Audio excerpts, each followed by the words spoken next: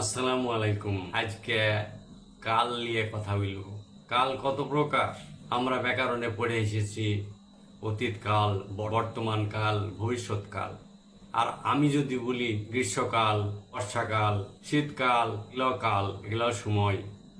আসল কথা হলো যে দুই প্রকার, অতীতকাল এখন হচ্ছে বর্তমান কাল। ভবিষ্যৎকাল বলে কিছু নাই। ভবিষ্যৎকালে কি ঘটবে এটা যেহেতু আমরা জানি না, অতীতকাল আর বর্তমানে যা ঘটছে সেটা মিলে দুই কাল।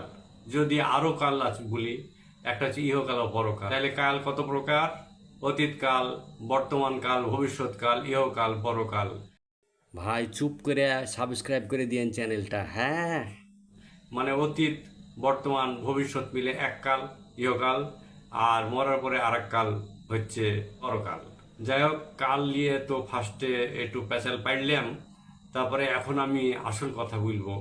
কথা হচ্ছে, আজ থেকে মেলা দিন আগে আধুনিক কাল নামে একটা জিনিস এসেছিল পৃথিবীতে, এখনো ওইটা থেকে গেছে। এই আধুনিক কাল নিয়ে আমি একটা মজার গল্প বলবো আপনাদেরকে। তার আগে বুঝলেই, আমরা আধুনিক হইলাম যখন ধরেন ব্যাবিলন সভ্যতা, মেসোপটেমিয়া সভ্যতা, তারপর সিন্ধু সভ্যতা, এগুলা এক এক সময় যখন যে সভ্যতা গড়ে উঠেছিল একবারে অতীত কাল থেকে, সেগুলাকে সেই সময়ের মানুষ আধুনিক কাল বলতো। মানে আমরা সব মডার্ন, মানে কি কলিকাল আসলো তখনকার লোকজন বলতো মডার্ন হয়ে গেছে চারিদিকে। মোগলরা এসে মডার্ন শিক্ষা দিয়েছে, আর মধ্যপ্রাচ্যের পোশাক টোশাক পরতো, সেটাও এক কাল মডার্ন কাল গেছে।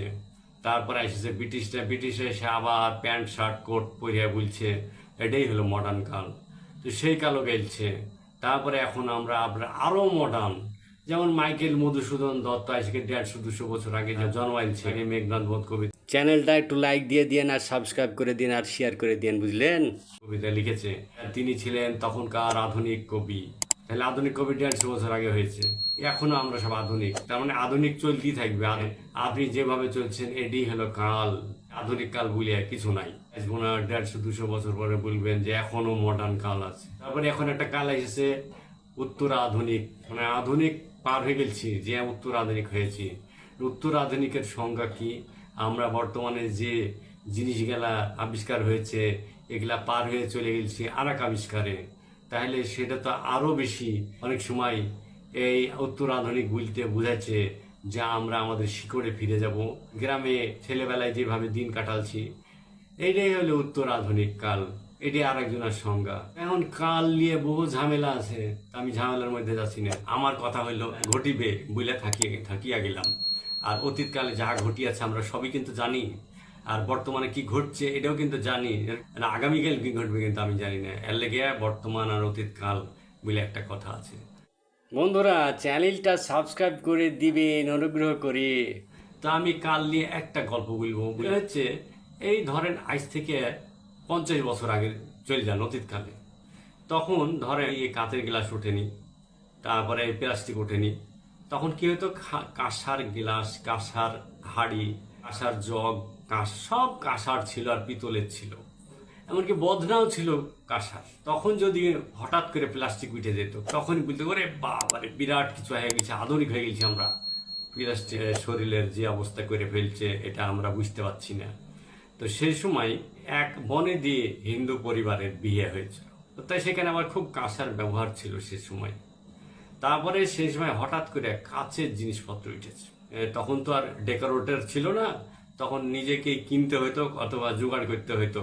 গরিব মানুষ হলে জোগাড় করতো, আর বড় লোক হলে কিনে নিয়ে আসতো। কতজন লোক খাবে ততটা কাঁসার প্লেট, কাঁসার গ্লাস, বাটি, কত লাগে খাওয়ার জিনিস সব কিনে আনতে হতো।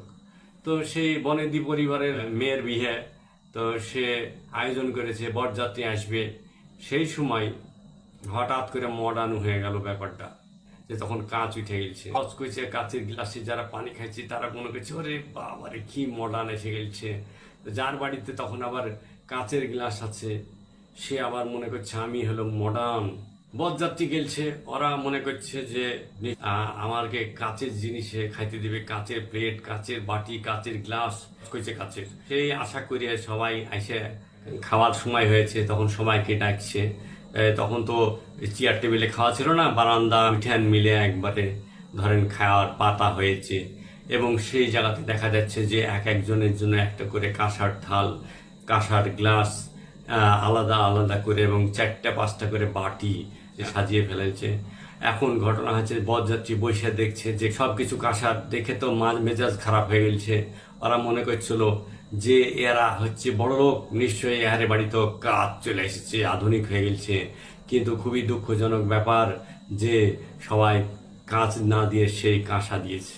তারপর কি হলো, খেপে গেল বরযাত্রী, কেন আমাকে কাঁসা দেওয়া হবে, সে পুরানো মাল, কাঁচ উঠেছে নতুন মডার্ন জিনিস, কাঁচ কেন দেওয়া হলো না, এই বলে গেল খেপে। জমিদার তিনি তো মাথা খারাপ হয়ে গেল, চিল্লাচিল্লি শুরু করে দিয়েছে, বরযাত্রী আমরা খাবো না, উঠে চলে যাচ্ছে। তখন ওদেরকে শান্ত করলো যে ঠিক আছে, আপনাদের জন্য আমি কাচের ব্যবস্থা করছি। তারপরে তার বাড়িতে প্রচুর কাচের গ্লাস টাস কিনা ছিল, যেগুলা অল্প ছিল সেগুলা কিনতে পাঠিয়ে দিল। সেদিন ছিল হাটের দিন, সে হাটে আবার কাজ উঠেছিল, চোর একবারে বস্তা বস্তা ঘোড়ার গাড়িতে করে, গরুর গাড়িতে করে তারা নিয়ে চলে আসলো। সব কাঁসা তুলে ফেললো, দিয়ে কাছের জিনিস দিয়ে দিল। সবাই খুশি, খুব মহা আনন্দে খাইলো।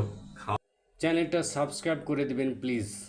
খাওয়ার পরে গেরস্ত বলল যে কাচের গ্লাস, কাচের জগ, বাটি সব কিন্তু আপন আপন আপনারা নিয়ে যাবেন।